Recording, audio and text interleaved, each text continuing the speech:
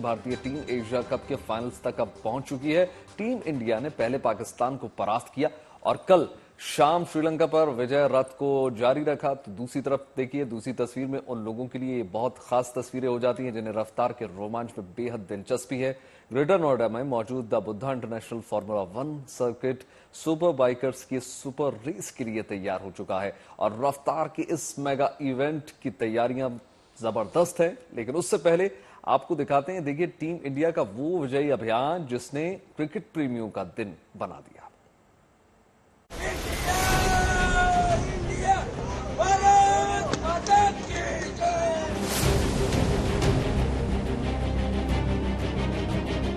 Asia cup में team India का शानदार सफर जारी है। सुपर 4 राउंड में भारत ने पाकिस्तान के बाद श्रीलंका को भी हरा दिया। इसके साथ ही टीम इंडिया ने एशिया कप के फाइनल के लिए अपना टिकट पक्का कर लिया।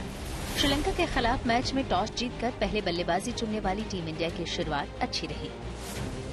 कप्तान रोहित शर्मा और शुभमन गिल के बीच 80 रन की ओपनिंग पार्टनरशिप हुई, लेकिन टीम बड़ा स्कोर खड़ा नहीं कर पाई। मैच में रोहित अकेले ऐसे बल्लेबाज रहे जिन्होंने अर्धशतक जड़े। रोहित ने 2 छक्के और 7 चौकों की मदद से 48 गेंदों में 53 रन बनाए, जब शुभमन गिल 25 गेंद में 19 रन बनाकर आउट हुए।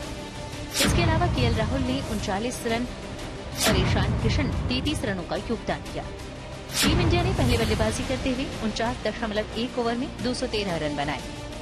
श्रीलंका के स्पिनर्स की बेहतरीन गेंदबाजी के चलते टीम इंडिया 50 ओवर पूरे होने से 5 गेंद पहले ही ऑल आउट हो गई। श्रीलंका को भारत ने जीत के लिए 214 रनों का लक्ष्य दिया, लेकिन भारतीय गेंदबाजों ने अपने दमदार प्रदर्शन से श्रीलंका के बल्लेबाजों की चलने नहीं दी। श्रीलंका की पूरी टीम 41.3 ओवर में 172 रनों पर ही ढेर हो गई और 41 रन से उसकी हार हुई। टीम इंडिया की तरफ से कुलदीप यादव ने शानदार गेंदबाजी करते श्रीलंका के 4 विकेट झटके, जबकि जसप्रीत बुमराह और रविंद्र जडेजा ने 2-2 विकेट चटकाए। मोहम्मद सिराज और हार्दिक पांड्या को 1-1 विकेट मिला। इस हार के साथ ही लगातार 13 वनडे जीतने वाली श्रीलंका की टीम 41 रन से हारी। श्रीलंका पर इस जीत के साथ ही पॉइंट टेबल में टीम इंडिया नंबर 1 पर काबिज है। भारत के 4 पॉइंट्स हैं, जबकि श्रीलंका और पाकिस्तान के 2-2 पॉइंट्स हैं। बेहतर नेट रन रेट के चलते श्रीलंका की टीम पॉइंट्स टेबल में दूसरे नंबर पर है और पाकिस्तान की टीम तीसरे नंबर पर, जबकि बांग्लादेश के हिस्से में 0 पॉइंट है।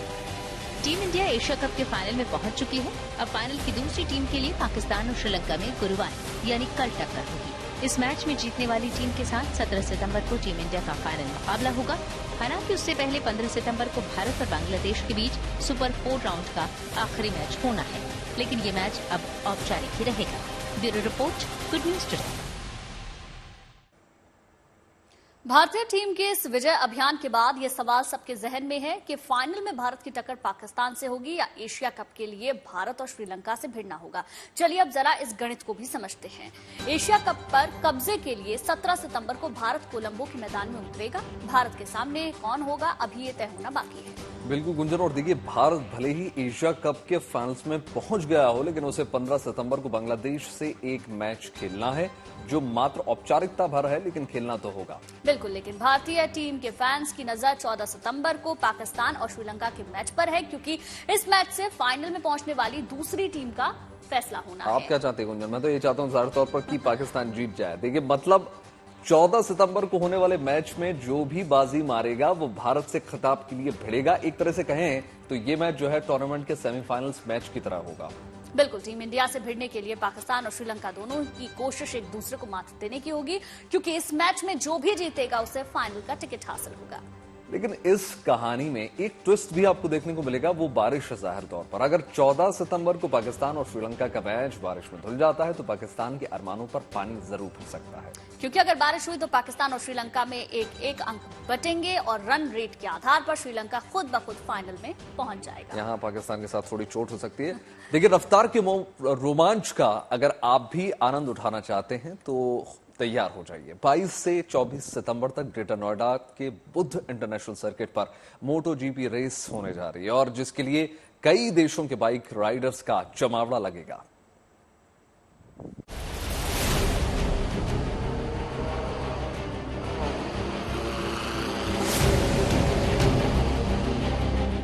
ये है दिल्ली से सटे ग्रेटर नोएडा का बुद्ध इंटरनेशनल सर्किट। यहाँ दिखेगा रफ्तार का रोमांच।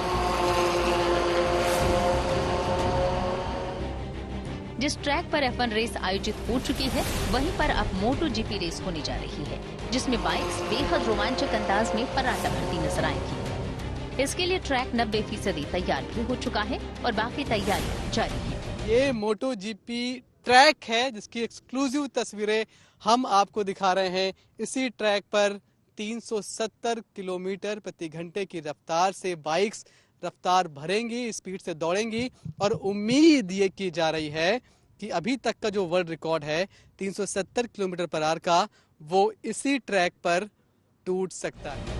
22 से 24 सितंबर तक यहाँ मोटो जीपी रेस का आयोजन होगा, जिसका लोग लुत्फ उठा सकेंगे। देखिए, ये है prototype racing at the highest level, सबसे ऊंचे लेवल पे है।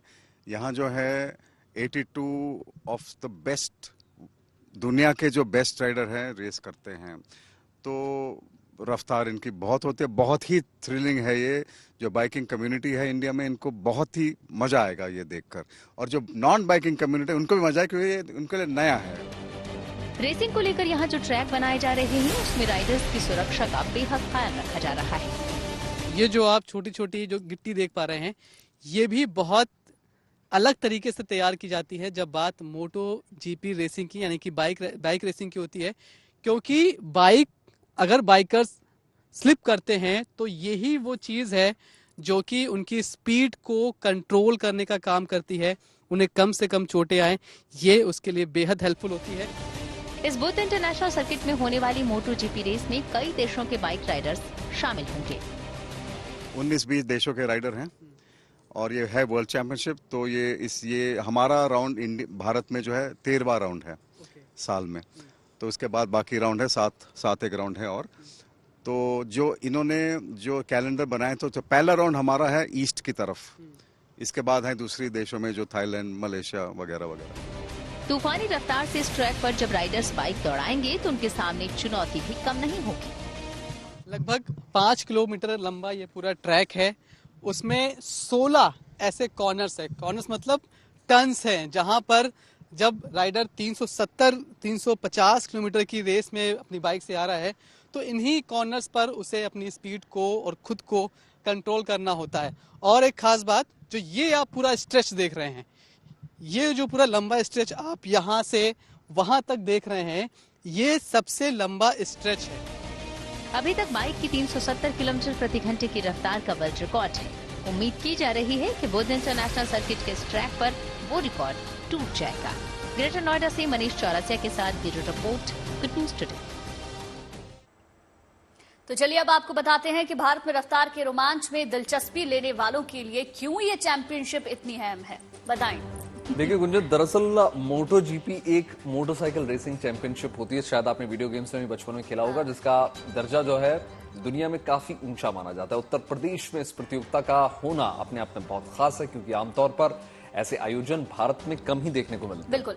ग्रेटर नोएडा के बुद्धा इंटरनेशनल फार्मूला 1 सर्किट बड़े दिनों बाद रफ्तार के इस रोमांच से दो चार होगा।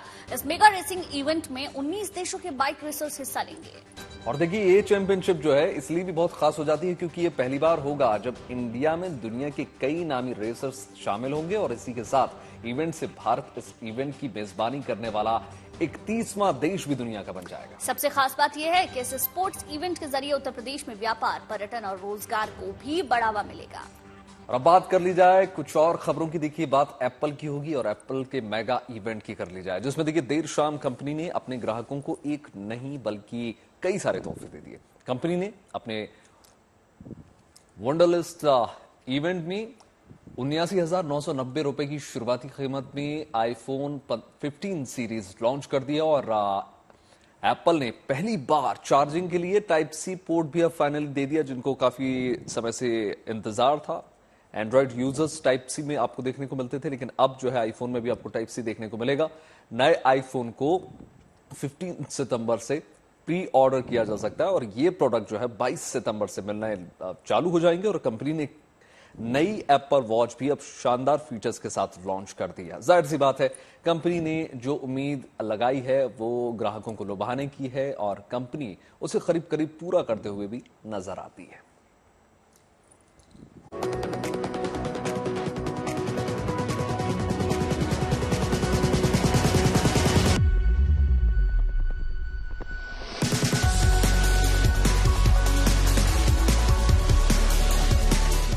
ने ग्लोबल मार्केट में आईफोन 15 सीरीज उतार दी है। आईफोन 15 सीरीज के तहत कंपनी ने 4 नए आईफोन लॉन्च किए हैं, जिनमें iPhone 15, iPhone 15 plus, iPhone 15 pro और आईफोन 15 प्रो मैक्स है। सबसे पहले बात आईफोन 15 और आईफोन 15 प्लस की। तो मोटे तौर पर सबसे पहले जानिए कि इसमें आपको क्या मिलने जा रहा है। मतलब वो फीचर्स जिसे आप पहली नजर में जानना चाहते हैं। Colour option, camera quality, display और कीमत जैसी बातें। फिर बात करेंगे इसके खास फीचर की।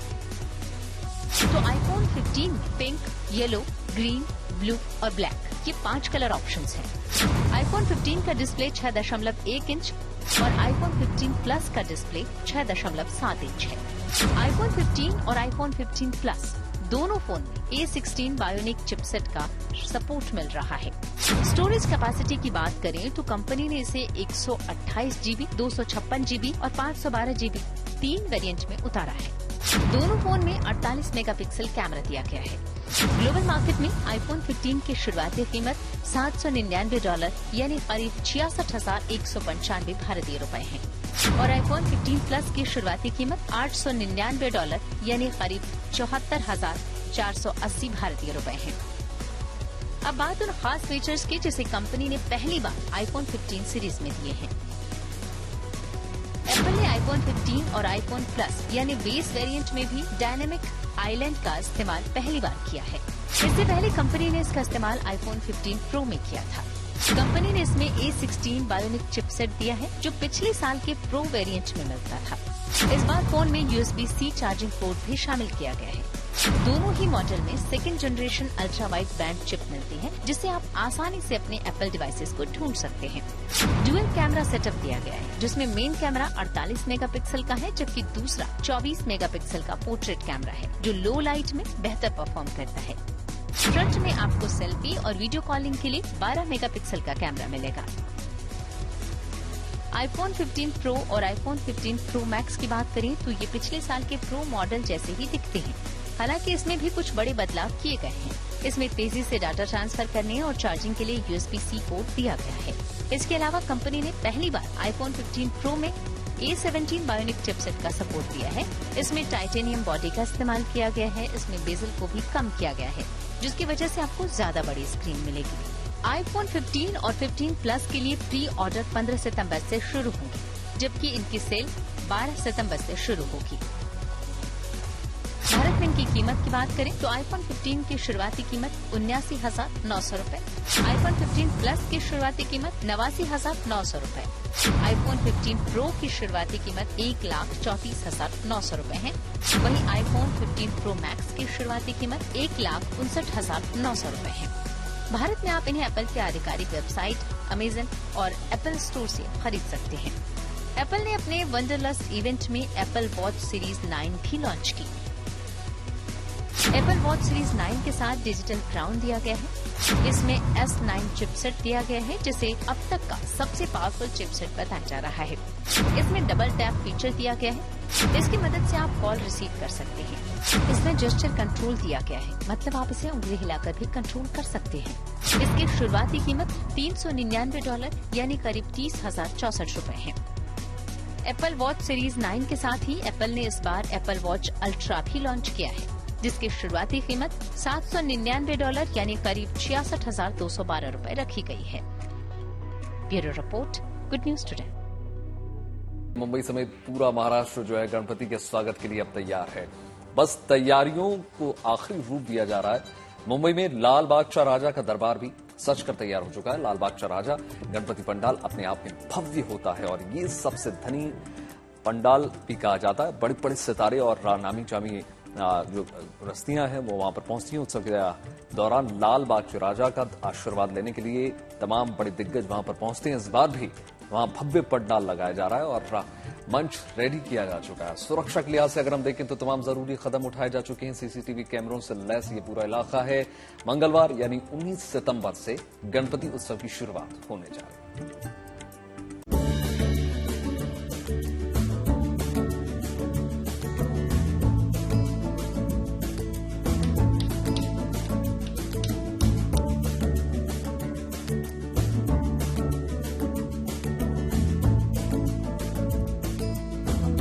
महाराष्ट्र में गणेश उत्सव की तैयारियां जोरों पर है। बप्पा के स्वागत के लिए अलग अलग गणेश पंडाल जुटे हुए हैं। मुंबई के लालबाग के राजा की महिमा अपरंपार मानी जाती है, लिहाजा यहाँ भव्य तैयारी की जा रही है। मुंबई के लालबाग इलाके में पिछले 90 साल से लालबाग के राजा को बिठाया जाता है और उनकी पूजा अर्चना की जाती है। लालबाग के राजा को मन्नतों के राजा के नाम से भी जाना जाता है और यहाँ पे ये मान्यता है कि जो भी लोग श्रद्धा पूर्वक बप्पा से जो भी चीज मांगते हैं वो उनको मिल जाती है।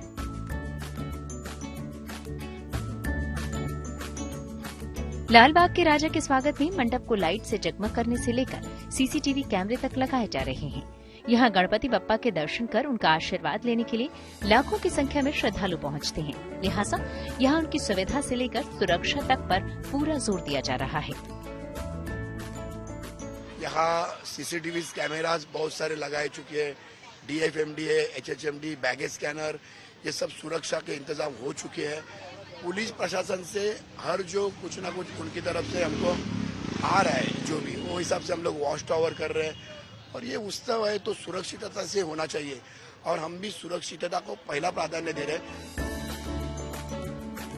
इस बार लालबाग के राजा का यही एंट्री गेट है, जिसे फूल मालाओं से सजाया संवारा जा रहा है। इसी से प्रवेश करते हुए श्रद्धालु बप्पा के दर्शन करने के लिए पहुंचते हैं। यहाँ ऐसी व्यवस्था की गई है कि श्रद्धालुओं को किसी तरह की दिक्कत न हो। कतारें लगती हैं यहाँ पे लोग जो हैं वो पहुँचते हैं और अपनी बारी का इंतजार करते हैं कि कब वो बापा के चरणों में अपना सर को नमन कर सके और उनसे आशीर्वाद ले सके। वहीं इस साल लालबाग के राजा हो या फिर पूरा महाराष्ट्र हो, उनके लिए एक बड़ा साल है, क्योंकि छत्रपति शिवाजी महाराज के राज्य अभिषेक को 350 साल पूरे हो चुके हैं। छत्रपति शिवाजी महाराज के राज्याभिषेक को समर्पित थीम को लेकर लालबाग के गेट को रायगढ़ किले के दरवाजे जैसा ही बनाया गया है। यहाँ रायगढ़ किला का पूरा आभास देने की तैयारी की गई है। इसके लिए विशेष रूप से मंदिर भी बनाया गया है। हर साल जो गेट होता है लालबाग का राजा का, वो बेहद अलग होता है बाकी सारे गणेश पंडालों से। इस साल भी कुछ इसी तरीके का नजारा दिख रहा है। ये पूरा गेट जो है वो रायगढ़ के किले के हिसाब से डिजाइन किया गया है। जितने भी भक्त पूरे देश से या मुंबई से या महाराष्ट्र से पहुंचते हैं वो इसी गेट से एंट्री करते हैं और ये सबसे अद्भुत नजारा होता है। वहां अगर आप देखेंगे तो किस तरीके से रायगढ़ महल पे ऊपर तोपें रखी जाती थी, वो तोपों का भी यहाँ पर रखा गया है, उसको उस तरीके से बनाया गया है। तो इस साल का जो थीम है लालबाग का राजा का, वो छत्रपति शिवाजी महाराज का जो किला था रायगढ़, उस पे बनाया गया है। लालबाग इलाके में पूजा के सामानों की एक विशेष दुकान भी है। गुरुकृपा नाम की ये दुकान 75 साल से यहाँ है। ये दुकान विठोबा जाधव को विरासत में मिली है, जिसे ये अपने बेटों के साथ मिलकर चला रहे हैं। ये साल में बहुत ज्यादा उसको सजावट का, सब अगरबत्ती का, जो ये आए भगवान के लिए लगता है सामान, वो बहुत चलता है। मुंबई के नया गांव परिसर में स्थित स्प्रिंग मिल में भी गणेश उत्सव की तैयारी जोर शोर से चल रही है। समय के साथ मुंबई से मिल और मिल मजदूर दोनों भले ही नदारद होते चले गए, लेकिन मिल मजदूरों की स्थापित किए गए गणपति बप्पा की पूजा यहाँ हर साल बड़े धूमधाम से होती है। स्प्रिंग मिल कंपाउंड में गणेश जी की स्थापना 1957 में हुई थी और पिछले 68 सालों से मिल मजदूरों की ये चौथी पीढ़ी इस परंपरा को कायम रखे हुए है। गणेश जी के तो वैसे कई नाम हैं और उन नामों में से एक है विघ्नहर्ता, यानी गणेश जी अपने भक्तों के कष्ट और विघ्न हर लेते हैं और उनकी जीवन में खुशियां भर देते हैं। और इसी उम्मीद के साथ इस साल भी गणेश जी की आने की तैयारी बड़े ही जोर शोर से शुरू है। 68 साल से ये मिल मजदूरों की हमारी चौथी पीढ़ी यहाँ पे कार्यरत है और जो उत्साह परंपरा वो कायम रख के ये हम गणेश उत्सव मनाने जा रहे हैं। इस साल हमने नया कंसेप्ट निकाला है, इको फ्रेंडली। आप ये सब देखोगे ना, ये बाम्बू, कपड़ा और लकड़ी की पट्टी, इसके हिसाब से ये पूरा सजावट कर रहे हैं। तो इको फ्रेंडली कंसेप्ट करके हमने इस साल पश्चिम बंगाल से लगभग 20 से 25 लोग यहाँ पे आ रहे हैं और उनकी कला से ये पूरा गणेश जी का जो मंडप है वो सज रहा है। तैयारियां पूरे जोरों पर है। अब लोग 19 सितंबर का इंतजार कर रहे हैं, जिस दिन से गणेश उत्सव का शुभारंभ होगा। मुंबई से पारस दामा और दीपेश त्रिपाठी के साथ bureau report, good news today. G20 event के लिए दिल्ली को कई कलाकृतियों और फव्वारों से सजाया गया था। इन पार्क, फव्वारों और कलाकृतियों ने दिल्ली की सुंदरता में 4 चांद लगा दिए थे। अब इवेंट खत्म हो चुका है। ऐसे में एनडीएमसी ने इन कलाकृतियों, फव्वारों और पार्क को सहेजने का जिम्मा उठाया है। इनकी देखभाल के लिए गार्ड तैनात करने का फैसला भी लिया गया है।